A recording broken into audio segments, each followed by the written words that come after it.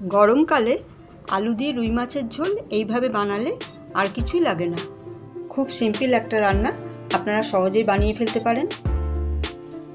শিপ্রা রান্নাঘরে সবাইকে স্বাগত।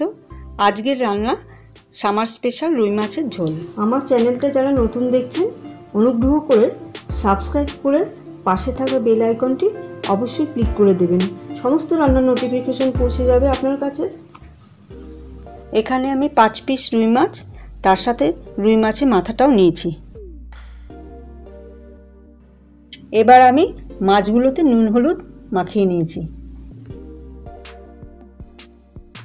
প্রথমে কড়াইতে সর্ষের তেল দিলাম। তেলটা গরম হয়ে গেছে, এবার মাছগুলো পরপর ভেজে নেব।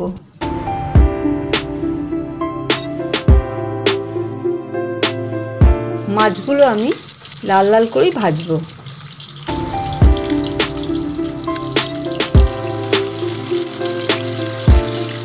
মাছগুলো ভাজা হয়ে গেছে, এবার অন্য পাত্রে তুলে রাখবো।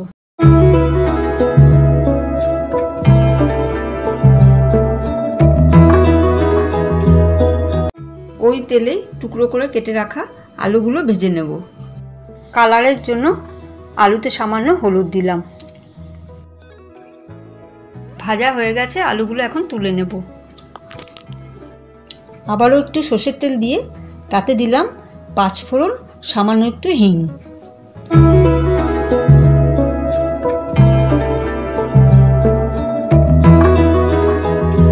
এবার দেব 2টো চেরা কাঁচা লঙ্কা ও একটা শুকনো লঙ্কা দিয়ে এগুলোকে একটু ভালোভাবে নাড়াচাড়া করে নেব। এখানে যেহেতু 4 পিস মাছ নিয়েছি, সেই জন্য মিডিয়াম সাইজে 2টো টমেটো কেটে এখন দিয়ে দিচ্ছি। চাইলে আপনারা মাছের পরিমাণ বুঝে টমেটোটাও বাড়িয়ে দিতে পারেন। এর মধ্যে দেব এখন আন্দাজ মতো নুন, 1 চামচ হলুদ গুঁড়ো, কালারের জন্য দেব 1 চামচ কাশ্মীরি লঙ্কার গুঁড়ো দিয়ে একটু নাড়াচাড়া করে ভেজে রাখা আলুগুলো এবার দিয়ে দেব। মশলাটা ভালোভাবে কষানো হয়ে গেছে, এবার আমি 1 গ্লাস জল ঢেলে দেব। ভাজা মাছগুলো দিয়ে 10 মিনিটের জন্য ঢাকা দিয়ে রাখবো।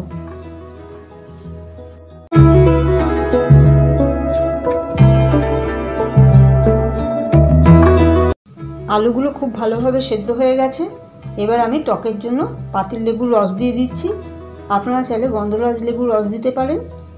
তারপর আমি ধনেপাতা ছড়িয়ে গরম গরম পরিবেশন করব। এই মাছের ঝোলটা দুপুরবেলা গরম ভাতের সঙ্গে খেতে খুবই ভালো লাগবে। আশা করি আপনাদের ভালো লেগেছে। তাহলে লাইক, কমেন্ট, শেয়ার অবশ্যই করতে ভুলবেন না। আমার ভিডিওটা দেখার জন্য অসংখ্য ধন্যবাদ।